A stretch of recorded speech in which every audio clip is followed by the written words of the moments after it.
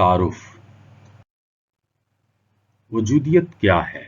اس سوال کا جواب آسان نہیں، کیونکہ جن لوگوں کو وجودی کہا جاتا ہے وہ وجودی کہلانے سے انکار کرتے ہیں۔ صرف سارتر ایسا شخص ہے جس نے اپنی کتاب کا نام وجودیت رکھا ہے، لیکن وہ بھی اپنی کتاب کو اپنے خیالات کا صحیح ترجمان نہیں سمجھتا۔ سارتر نے کہا تھا کہ وجود جوہر پر مقدم ہے، اور وہ اپنے اس جملے کو مرکزی حیثیت دیتے ہوئے کہتا ہے کہ جن خصوصیات کی جانب یہ جملہ اشارہ کرتا ہے وہ سب وجودی فلسفیوں کے خیالات میں پائی جاتی ہیں۔ اگر اس جملہ یعنی وجود جوہر پر مقدم ہے کا مطلب یہ لیا جائے کہ جب تک کوئی شے موجود نہ ہو تو کسی نوع یا جماعت میں شمار نہ کی جائے گی اور نہ ہی کسی خصوصیت کی حامل ہوگی، اس صورت میں ہر فلسفی اسے تسلیم کر لے گا، کیونکہ یہ جملہ صرف یہ بتاتا ہے کہ پہلے کسی چیز کو معرض وجود میں آنا ہوگا، پھر اس کی خصوصیات کا علم ہوگا اور اس کی نوع کا فیصلہ ہوگا۔ لیکن سارتر اس کو انکار خدا کے تصور سے منسلک کرتا ہے۔ وہ کہتا ہے کہ کسی شے کے معرض وجود میں آنے سے پیشتر اس کا کوئی جوہر نہیں ہوتا جس کا مسکن خدا کا ذہن قرار دیا جائے۔ اس کے ساتھ ہی وہ ابدیت جوہر کے تصور کو بھی رد کرتا ہے۔ سارتر کہتا ہے کہ جوہر تو انسانی میلانات اور انتخاب سے پیدا ہوتا ہے، کسی انسان کی پیدائش سے اس کا جوہر وجود نہیں رکھتا۔ گیبریل مارسل نے سارتر کی ان دونوں تشریحات کو رد کیا ہے۔ وہ وجود کی اولیت کو مانتا ہے، لیکن اولیت سے اس کی مراد یہ ہے کہ دنیا میں انسان کی پیدائش یا شرکت پہلے ہونی چاہیے، بعد میں ایگو یا جسم کا سوال پیدا ہوتا ہے۔ لیکن اس کا یہ مطلب نہیں کہ آپ پہلے جسم کی ماہیت یا جوہر کو تلاش کریں کہ جسم اس پر پورا اترتا ہے یا نہیں۔ اس سے تو یہ تاثر ملتا ہے کہ جیسے کوئی اپنے ہی جسم پر شک کرتا ہو، جو درست نہیں۔ سارتر پر تنقید کرتے ہوئے ہائیڈگر کہتا ہے کہ سارتر نے افلاطون کے جملے کو الٹ دیا ہے۔ افلاطون نے کہا تھا کہ جوہر وجود پر مقدم ہے، عیان ثابتہ کا وجود اشیاء کے وجود میں آنے سے پہلے ہوتا ہے۔ ہائیڈگر کہتا ہے کہ میرا فلسفہ یہ نہیں ہے، حتیٰ کہ کرکیگارڈ اور جیسپر بھی اس جملے سے اتفاق نہیں کرتے۔ اگر اس جملے کی تشریح یوں کریں کہ انسان آزاد ہے اور کوئی جبریت نہیں، تو کئی فلسفی اس کی حقانیت کو تسلیم کر لیں گے، لیکن اس سے یہ وجودیت کی خصوصیت نہیں رہے گی، کیونکہ کئی اخلاقی فلسفے ایسے ہیں جو انسان کو آزاد مانتے ہیں اور تقدیر کے قائل نہیں۔ لہٰذا ان مشکلات کے پیش نظر کئی فلسفیوں نے وجودیت کی مشترک خصوصیات کو کسی اور جگہ تلاش کرنے کی کوشش کی ہے۔ مثلاً ایلن کہتا ہے کہ وجودیت کا منشا فلسفے کو ایک اداکار کے نقطہ نگاہ سے پیش کرتا ہے، نہ کہ ایک ناظر یعنی تماشائی کے نقطہ نگاہ سے۔ مثال کے طور پر ارسطو کے فلسفہ پر نگاہ ڈالیں تو وہ تعلیم یا باطنیت پر ایک سائنسدان کی حیثیت سے بحث کرتا ہے۔ علیت پر بحث کرتے ہوئے بھی وہ دنیا کا ایک ناظر معلوم ہوتا ہے۔ وہ بتاتا ہے کہ کس طرح چار اقسام کی علتیں مختلف چیزوں میں کام کرتے ہوئے دکھائی دیتی ہیں۔ اس کا فلسفہ یہ ظاہر نہیں کرتا کہ فلسفہ اس کی ذات سے اٹھ رہا ہے اور وہ اپنے مسائل حل کر رہا ہے۔ اس کے برعکس کرکیگارڈ کو دیکھیں تو اپنے مسائل میں لپٹا ہوا ہے اور فلسفہ کے ذریعے اپنی الجھنیں دور کرنا چاہتا ہے۔ کرکیگارڈ انتخاب سے مسائل حل کرتا ہے، جبکہ ارسطو نظری بحثیں کرتا ہے۔ یوں تو ایک اداکار اور ایک ناظر کا امتیاز بڑا کارآمد ہے، لیکن یہ امتیاز ایسا صاف بھی نہیں کہ اسے وجودیت کا مابعل امتیاز قرار دیا جائے۔ مثلاً ہیگل کو اپنے فلسفے سے والہانہ عشق تھا، لیکن جب کسی مسئلہ کو ذاتی مسئلہ بنا لیا جائے تو اس کو سائنسی انداز میں بحیثیت ناظر بھی لیا جا سکتا ہے اور بحیثیت اداکار بھی۔ حیات بعد الموت کے مسئلہ کو ہی لے لیجئے، اس پر سائنسی انداز میں بحث ہو سکتی ہے، یعنی اس طرح کہ اس کا ہاں یا نہ میں جواب سوال کنندہ یا جواب دہندہ کے لیے کوئی زیادہ اہمیت نہیں رکھتا۔ اس طرح تو یہ مسئلہ ریاضی کے سوال کی مانند ہوگا، کیونکہ ریاضی کا مسئلہ کسی انسان کی زندگی یا موت کا مسئلہ نہیں ہوتا۔ سوال اٹھانے والا سوال سے الگ ہو کر اس کا جواب نکالتا ہے، لیکن ایک اور شخص جو موت کے کنارے کھڑا ہو، اس کے لیے حیات بعد الموت کا مسئلہ زندگی اور موت کا مسئلہ ہے۔ وہ پورے انہماک سے اس میں الجھا ہوا ہے۔ بس ایک ہی مسئلہ کو اداکار اور ناظر کی حیثیت سے دیکھا جا سکتا ہے۔ پھر یہ امر بھی قابل غور ہے کہ مسئلہ سے ذاتی اور والہانہ لگاؤ کا یہ مطلب نہیں کہ اسے معروضی طور پر نہ دیکھا جائے۔ کیرکیگارڈ بھی جب مسائل کو زیر بحث لاتا اور سمجھانے کی کوشش کرتا ہے تو غیر متعصب اور لا تعلق نظر آتا ہے اور ناظر بن جاتا ہے۔ لہذا ایک ہی شخص کے دو روپ ہو سکتے ہیں، یعنی وہ اداکار بھی ہو سکتا ہے اور ناظر بھی ہو سکتا ہے، یا کبھی اداکار ہو سکتا ہے اور کبھی ناظر، یا کسی کے لیے اداکار اور کسی کے لیے ناظر۔ جب یہ کہا جاتا ہے کہ فلسفی اداکار ہوتا ہے تو اس کے کئی معنی ہو سکتے ہیں۔ مثلا نمبر 1، اس کا مطلب یہ ہو سکتا ہے کہ مسائل فلسفی کی زندگی اور اس کی ذات سے اٹھتے ہیں اور وہ ان کی وضاحت کرتا ہے۔ نمبر 2، یہ مسائل فلسفی کے لیے بڑی اہمیت کے حامل ہیں، کیونکہ وہ بھی انسان ہے اور جن مسائل کا حل وہ تلاش کرنا چاہتا ہے ان کا تعلق انسانیت کی سچائیوں سے ہے۔ سائنسی سوالات بھی بڑے اہم ہوتے ہیں، لیکن وہ سائنسدان کی ذات سے نہیں اٹھتے۔ نمبر 3، مسئلہ کو حل کرتے ہوئے فلسفی خود کو فراموش نہیں کرتا۔ مثلا ہیگل کی حقیقت مطلق پر بحث کرتے ہوئے ایک فلسفی کو اپنی ذات سے ہاتھ دھونا پڑتے ہیں، کیونکہ حقیقت مطلق میں فرد کا کوئی مقام نہیں، جبکہ وجودیت میں فرد قائم رہتا ہے اور اسی کو اہمیت بلکہ مرکزیت حاصل ہے۔ جب وجودی فلسفیوں کی طرح سامنے آتے ہیں تو ان میں کیرکیگارڈ اور مارسل تو اداکار معلوم ہوتے ہیں، کیونکہ ان کا فکر ان کی ذات سے اٹھتا ہے۔ لیکن سارتر اور جیسپر ایسے نہیں، یہ دونوں فلسفے کے پروفیسر نظر آتے ہیں اور پروفیسروں کی ہی طرح مسائل پر بحث کرتے ہیں۔ جہاں تک سین انڈ زیت کا تعلق ہے تو ہائیڈگر ایک ناظر معلوم ہوتا ہے، لہذا خود وجودی اس معیار پر پورا نہیں اترتے، کیونکہ تمام وجودی اداکار ہیں۔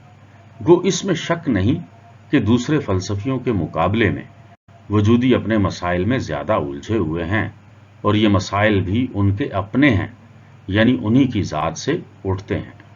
کچھ لوگ کہتے ہیں کہ وجودی فلسفہ انسان سے متعلق ہے، لیکن یہ بات بھی 100% درست نہیں، کیونکہ ہائیڈگر کا تعلق انسان سے نہیں بلکہ ہستی سے ہے۔ ہستی کا تذکرہ اس کے فلسفے میں اولین مقام رکھتا ہے، جبکہ انسان کا مقام ثانوی حیثیت کا حامل ہے۔ تاہم انسان کی یہ ثانوی حیثیت بھی غیر اہم نہیں ہے۔ اسی طرح جیسپر کے فلسفے میں ماورا کو مرکزی حیثیت حاصل ہے، لیکن وہ انتخاب پر بھی زور دیتا ہے اور انسانی امکانات کی تحصیل پر بھی۔ مارسل کے فلسفے میں انسان پر زور ہے۔ مارسل انسان کا دوسرے انسانوں سے اور خدا سے تعلق کو بڑی اہمیت دیتا ہے۔ اسی طرح سارتر اور کاموس کے فلسفے کا محور بھی انسان ہے۔ کوپل سٹون کا کہنا ہے کہ جہاں تک انسان کو مرکزی حیثیت دینے کا تعلق ہے تو تمام وجودی فلسفی متفق نظر آتے ہیں، لیکن جب یہ کہا جاتا ہے کہ وجودی فلسفے کا موضوع انسان ہے تو اس کے مفہوم کا درست تعین کرنے کی ضرورت پڑے گی۔ اس سے مراد ایک تو انسان کا معروضی مطالعہ ہے، جیسا کہ نفسیات اور معاشیات وغیرہ میں کیا جاتا ہے، کیونکہ اس مطالعہ میں انسان محض ایک معروض بن جاتا ہے۔ دوسرا یہ کہ انسان کا مطالعہ موضوعی ہوتا ہے اور وجودی اسی دوسری قسم کے مطالعہ سے سروکار رکھتے ہیں۔ اس بیان میں ایک مغالطہ پوشیدہ ہے۔ موضوعیت سے مراد یہ نہیں کہ انسان اپنے آپ میں مقید ہے، کیونکہ وجودیوں کے لیے انسان کا دنیا میں ہونا ایک بنیادی حقیقت ہے۔ مارسل تو انسانی رشتوں کی بات بھی کرتا ہے، جس میں پیار، محبت اور وفاداری وغیرہ کا بھی ذکر آتا ہے۔ البتہ صرف سارتر ایسا شخص ہے جو موضوعیت پر مبالغہ آمیز حد تک زور دیتا ہے، لیکن وہ بھی انسان کو آزاد، خود تخلیقی اور خود سے اوپر جانے والا سمجھتا ہے۔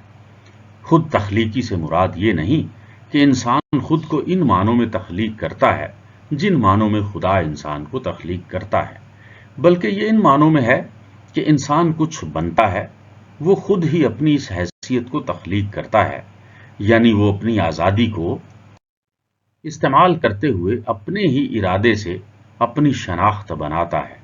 وہ ماضی کے بندھن توڑ کر آگے کی طرف بڑھ سکتا ہے۔ وجودی فلسفی انسان کی بات کرتے ہوئے اس کا تجزیہ سائنسی نقطہ نگاہ سے نہیں کرتا، بلکہ اس کا مقصد انسانی آزادی کو اجاگر کرنا ہوتا ہے تاکہ مصدقہ انتخاب کی گنجائش پیدا ہو۔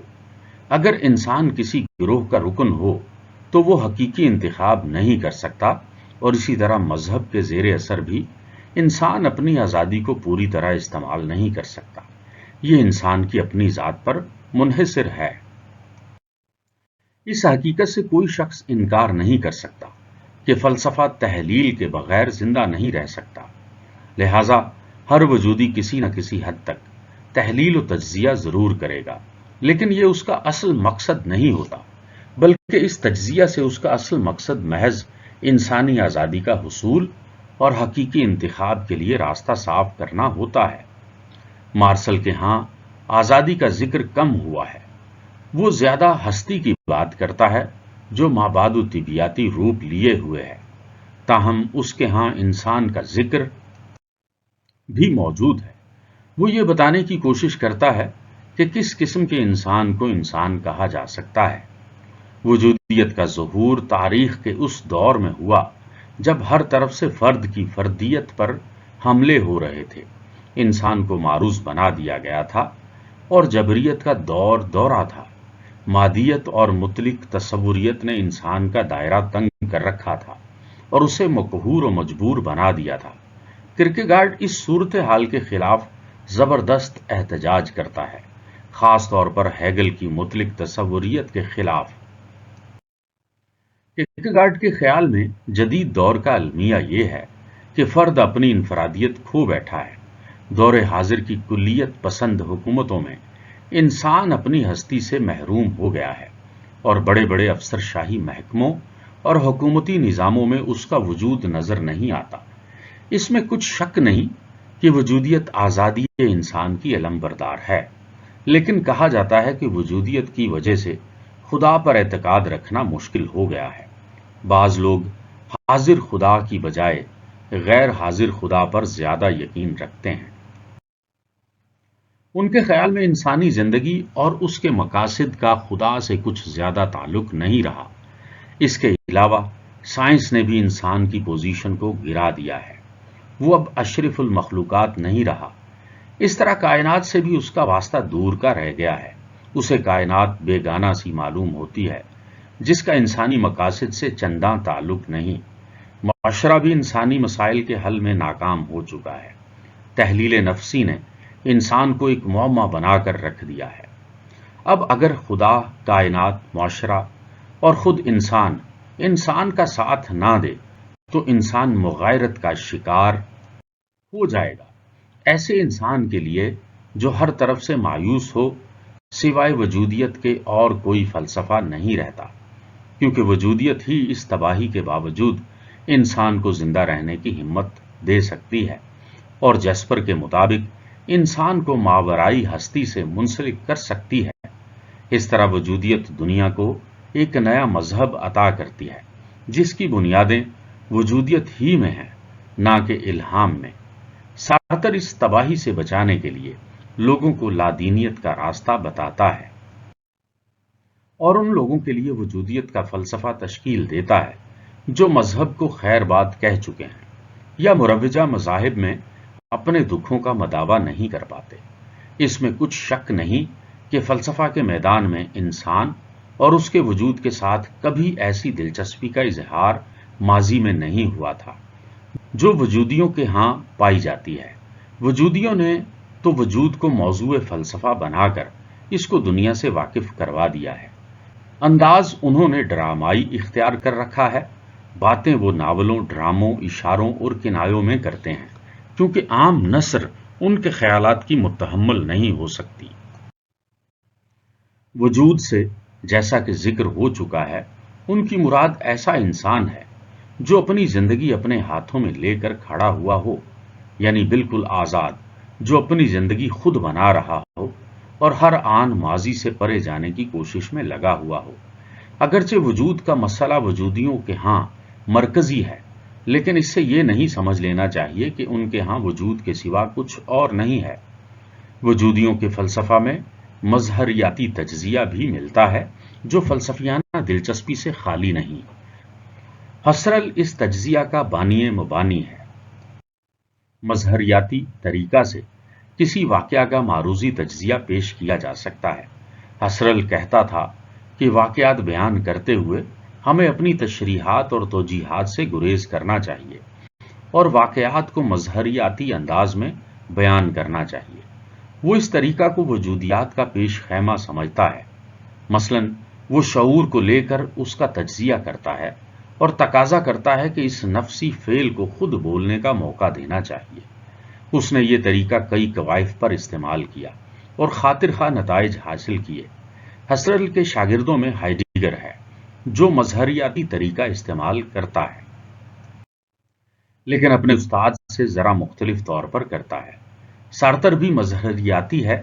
اس کے علاوہ مارسل اور میرلیو پونٹی بھی ہیں، جنہوں نے مظہریاتی طریقہ کو اجاگر کیا اور اسے فلسفہ کے لیے ایک زبردست ہتھیار بنا دیا۔ مظہریاتی طریقہ وجودیوں کا زبردست کارنامہ ہے۔ وجود امکانات کا مجموعہ ہے، ان کو واقعیت میں لا کر ہی انسان صحیح معنوں میں حقیقی بنتا ہے۔ لیکن یہاں سوال یہ پیدا ہوتا ہے کہ انسان کیا ہے اور صحیح معنوں میں انسان بننے سے کیا مراد ہے۔ اس سوال پر وجودی تقسیم ہو جاتے ہیں۔ کچھ تو یہ کہتے ہیں کہ انسان اس وقت صحیح معنوں میں انسان بنتا ہے جب اس کا رشتہ ماورائی ہستی سے جڑ جاتا ہے۔ مارسل کے مطابق انسان اپنی آزادی اور شعوری حالت میں رشتہ قائم کرتا ہے اور وجودی نقطہ نگاہ سے انسانیت کی معراج پر پہنچ جاتا ہے، جبکہ بعض وجودیوں نے لادینیت کا راستہ اختیار کر لیا ہے۔ ان کا کہنا ہے کہ نہ تو خدا کے ساتھ رشتہ جوڑنے کی ضرورت ہے اور نہ ہی ابدی اقدار کو اپنانے کی، بلکہ عالمگیر اخلاقی اصولوں کی پیروی کرنے کی بھی ضرورت نہیں۔ انسان کو اپنے پاؤں پر کھڑا ہونا چاہیے، اپنی زندگی کو پوری طرح اپنے ہاتھ میں لینا چاہیے۔ کوئی ماضی نہیں جو اس کی آزادی کو پابند کر سکے، نہ ہی کوئی مستقبل ہے جو اس کے پاؤں میں زنجیریں ڈال سکے۔ انسان اپنا ماضی اور مستقبل خود اپنے ارادے، انتخاب اور طرز حیات سے بناتا ہے۔ بس یہی راستے ہیں۔ وجودیت کی دو قسمیں ہیں، مثلاً نمبر 1 الہیاتی وجودیت، نمبر 2 غیر الہیاتی وجودیت۔ الہیاتی وجودیت کے نمائندوں میں کرکیگارڈ، کارل جیسپر اور مارسل خاص طور پر قابل ذکر ہیں، جبکہ غیر الہیاتی وجودیت کے علم برداروں میں نیتشے، ہائیڈگر، سارتر اور کاموس کے نام شامل ہیں۔ نمبر 1 الہیاتی وجودیت۔ الہیاتی وجودیت وجودی فلسفے کی ایک ذیلی قسم ہے جو خدا یا کسی اعلیٰ طاقت کے ساتھ فرد کے تعلق پر زور دیتی ہے۔ اس کے اہم مفکرین میں ذیل کے فلسفی شامل ہیں۔ نمبر 1 سورن کرکیگارڈ۔ کرکیگارڈ ڈنمارک کا ماہر الہیات اور نفسیات دان تھا۔ اسے وجودیت کا بانی سمجھا جاتا ہے۔ اس نے فرد کے موضوعی تجربے اور ایمان کی اہمیت پر زور دیا۔ Number 2 Friedrich Nietzsche. یہ ایک جرمن فلسفی تھا جس نے خدا کی موت کا اعلان کیا، لیکن اس کے ساتھ ساتھ ابدی تکرار کے خیال کی بھی کھوج کی، جس کی تشریح موت کی صورت میں زندگی کے معنی کی تصدیق کرنے کے طریقے سے کی گئی ہے۔ Number 3 Martin Heidegger. ایک جرمن فلسفی جس نے وجود اور انسانی حالت کے تصور کی کھوج کی۔ یہ مسیحی الہیات سے متاثر تھا۔